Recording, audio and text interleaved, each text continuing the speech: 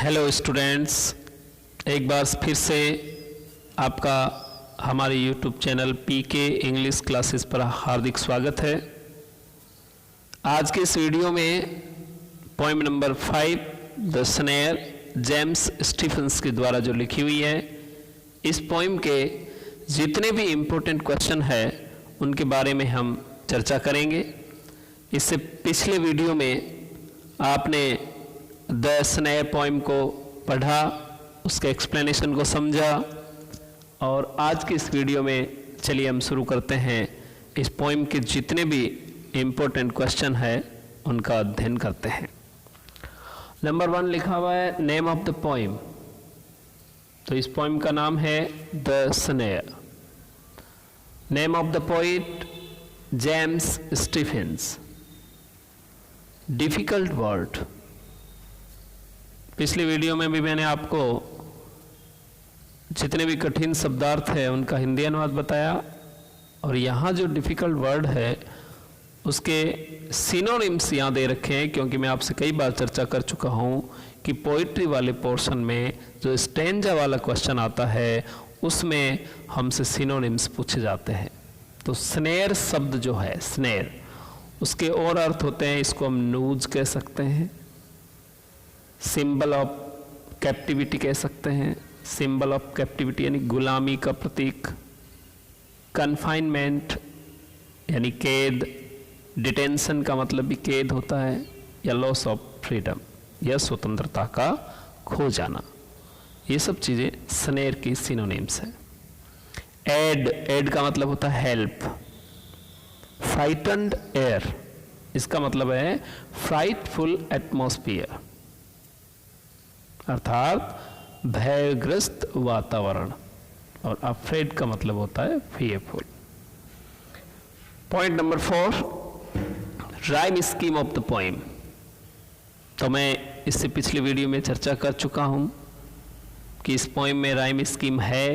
4 stanza दे रखे हैं, A B B C C D. ये कंटिन्यू क्रम चल रहा है, लेकिन चौथे स्टैंजा में ऐसा नहीं है। वहाँ आकर के राइम स्कीम टूट जाती है, डी बी हो जाता है। फिगर ऑफ स्पीच कौन कौन सी यूज किए गए हैं? तो एक तो नया figure of speech apostrophe. Apostrophe का मतलब होता है संबोधन। यदि किसी पंक्ति में किसी को पुकारा जाए तो वहाँ पर एपोस्ट्रोफी होता है। जैसे हमारी पोइम की ये लाइन है, little one O little one. इस लाइन में कवि खरगोश को पुकारता है, तो यहाँ पर apostrophe figure of speech use किया गया है। हाइपरबली, इसे अतिशयोक्ति कहते हैं हिंदी में। जब किसी बात को बहुत ज़्यादा बढ़ा चढ़ा करके कहा जाए, उसके प्रभाव को बहुत ज़्यादा बढ़ाया जाए, तो वहाँ पर हाइपरबली होता है। जैसे इसके 2 एग्जाम्पल यहाँ दे रखे हैं। Number 1 crying on the frightened air and making everything afraid. खरगोश की जो चीखें हैं वो इतनी पेनफुल है कि कवि कह रहा है कि मेकिंग एवरीथिंग अफ्रेड, प्रत्येक वस्तु को उसने डरा दिया। 6 नंबर पॉइंट में देखिए क्या लिखा हुआ है। The last line of every stanza is repeated at the beginning of the next one. प्रत्येक स्टैंजा की जो अंतिम लाइन है उसे अगले स्टैंजा की शुरुआती लाइन के रूप में रिपीट किया गया है। The first 3 stanzas are written in iambic tetrameter. पहले 3 स्टैंजा आयम्बिक टेट्रामीटर में लिखे हुए हैं, with a stress at the end, और अंत में स्ट्रेस है, but this does not happen in the last stanza. लेकिन ऐसा लास्ट स्टैंजा में नहीं हुआ।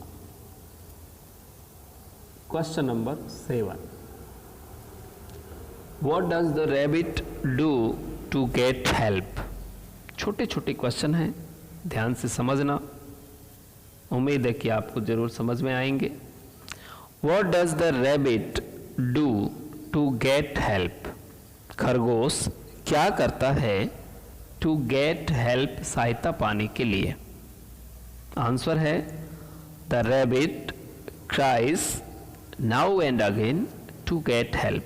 now and again का मतलब होता है बार बार, cries मन चीखता है। the rabbit cries now and again to get help. खरगोश सहायता प्राप्त करने के लिए बार बार चीखता है, चिल्लाता है। Question number 8, lines and words are repeated time and again. शब्दों को और पंक्तियों को बार बार रिपीट किया गया है। What is the purpose of the poet? कवि का क्या उद्देश्य है? आंसर देखिएगा। The poet's purpose is to express the pain of the rabbit and the need of human kindness towards wild animals. दोबारा सुनिएगा क्वेश्चन नंबर 8 का answer. The poet's purpose is to express, कवि का उद्देश्य है टू एक्सप्रेस यानी व्यक्त करना। क्या व्यक्त करना? The pain of the rabbit, खरगोश का दर्द, एंड द नीड मन आवश्यकता, ऑफ ह्यूमन काइंडनेस मानव दया की, टुवर्ड्स वाइल्ड एनिमल्स, जंगली जानवरों के प्रति मनुष्य की दया की आवश्यकता और खरगोश के दर्द को एक्सप्रेस करना ही इन लाइन और वर्ड्स को रिपीट करने का उद्देश्य है। Question number 9, what purpose does the interjection but serve in the poem? इस पोएम के अंदर बट इंटरजेक्शन का प्रयोग हुआ है, तो उसका क्या उद्देश्य है?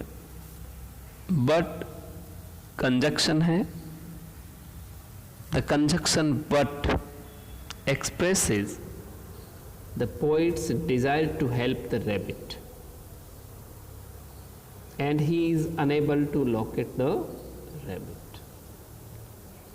इस शब्द से कवि की जो डिजायर है, इच्छा, टू हेल्प द रैबिट, खरगोश की सहायता करने की, and he is unable to locate the rabbit, लेकिन वो अनेबल मन असक्षम है, टू लॉकेट मन ढूंढने के लिए, द रैबिट मन खरगोश। इस क्वेश्चन को समझने के लिए चलिए एक बार हम पोएम को देखते हैं।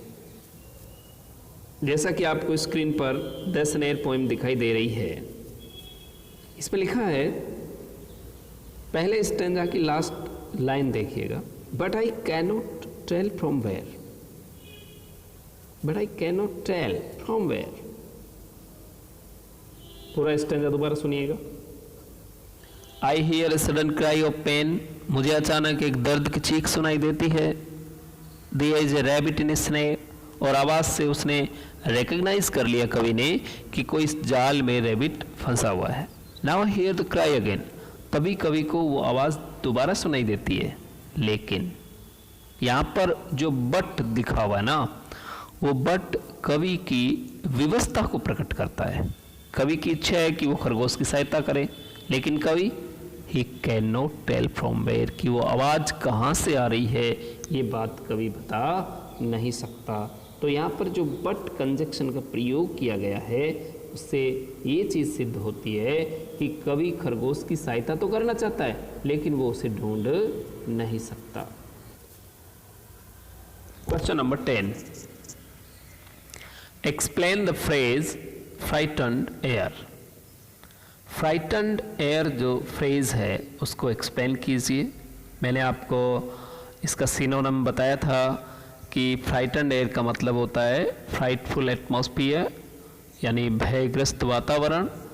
The poet means to say that, कवि ये बताना चाहता है that the crisis of the trapped rabbit are so painful, जाल में फंसे हुए खरगोश की चीखें इतनी दर्दनाक है that they are creating an atmosphere of fright in the forest and other animals. दोबारा सुनिएगा।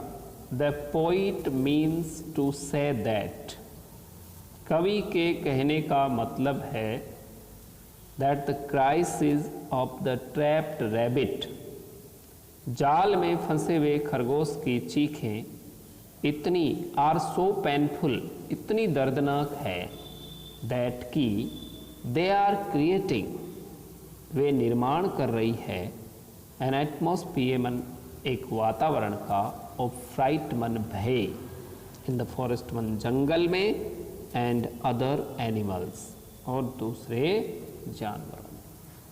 तो यहाँ फ्राइटन्ड एयर जो फ्रेज है उसका मतलब है कि खरगोश की चीखें इतनी दर्दनाक है कि उनको सुन करके जंगल के चप्पे चप्पे में एक भय का वातावरण बन गया है।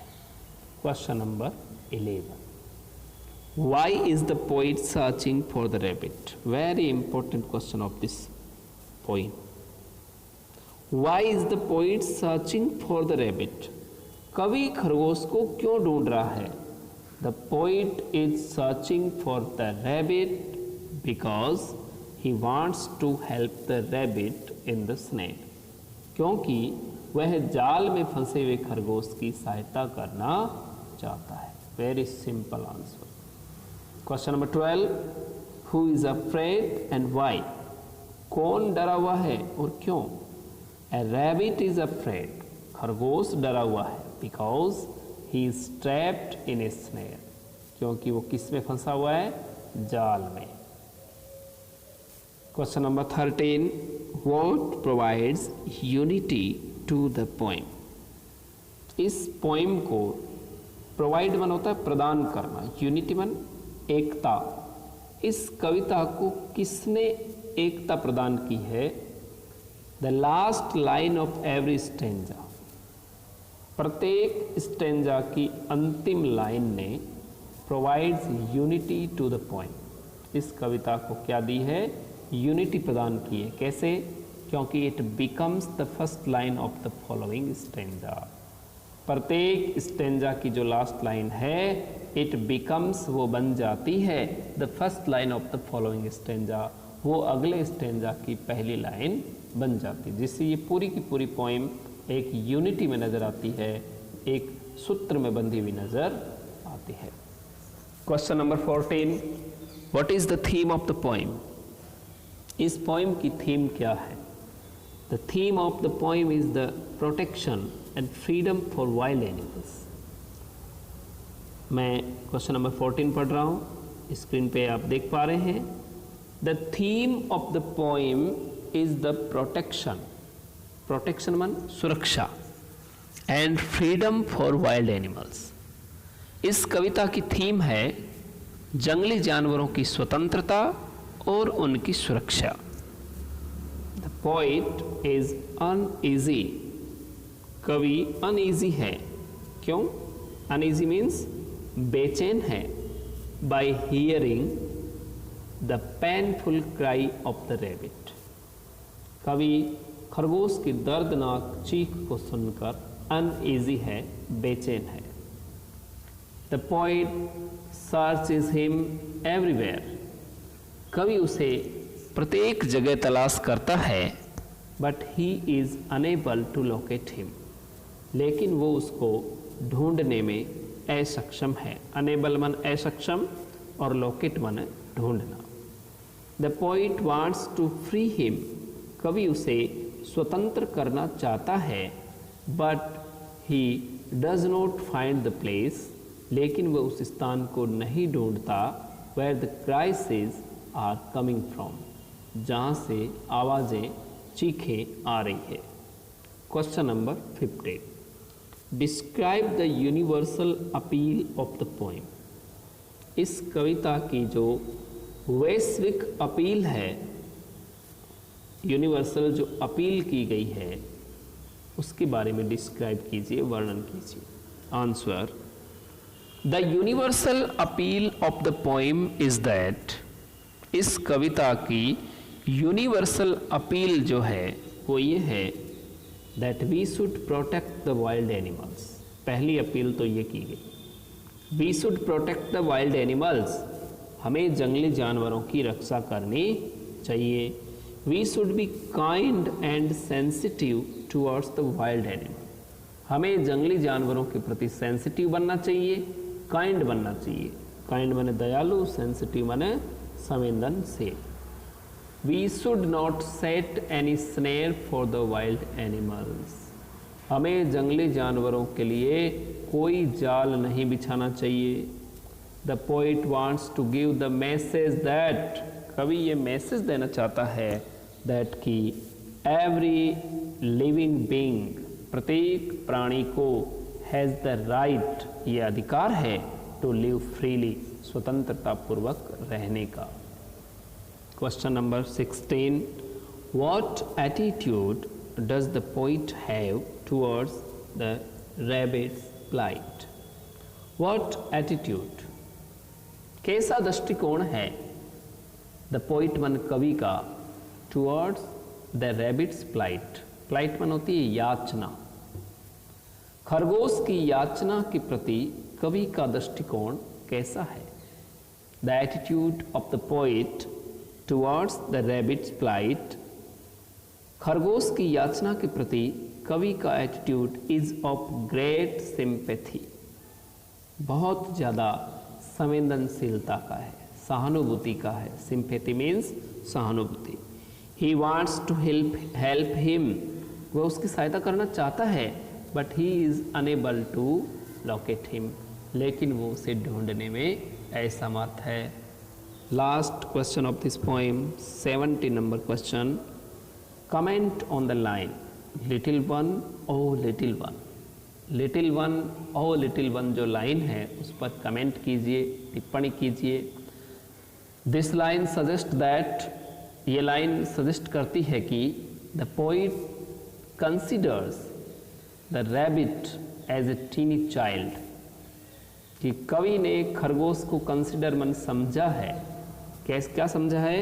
ए टीनी चाइल्ड, एक छोटा सा बच्चा, being torture by the cruel people, और जिसे निर्दयी लोगों के द्वारा टॉर्चर किया गया हो।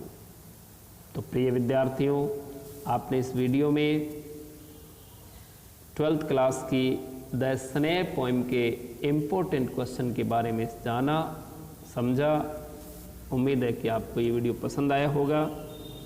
आप सभी से रिक्वेस्ट है कि हमारे YouTube चैनल को ज़्यादा से ज़्यादा सब्सक्राइब करें और इस वीडियो को शेयर करें, लाइक करें।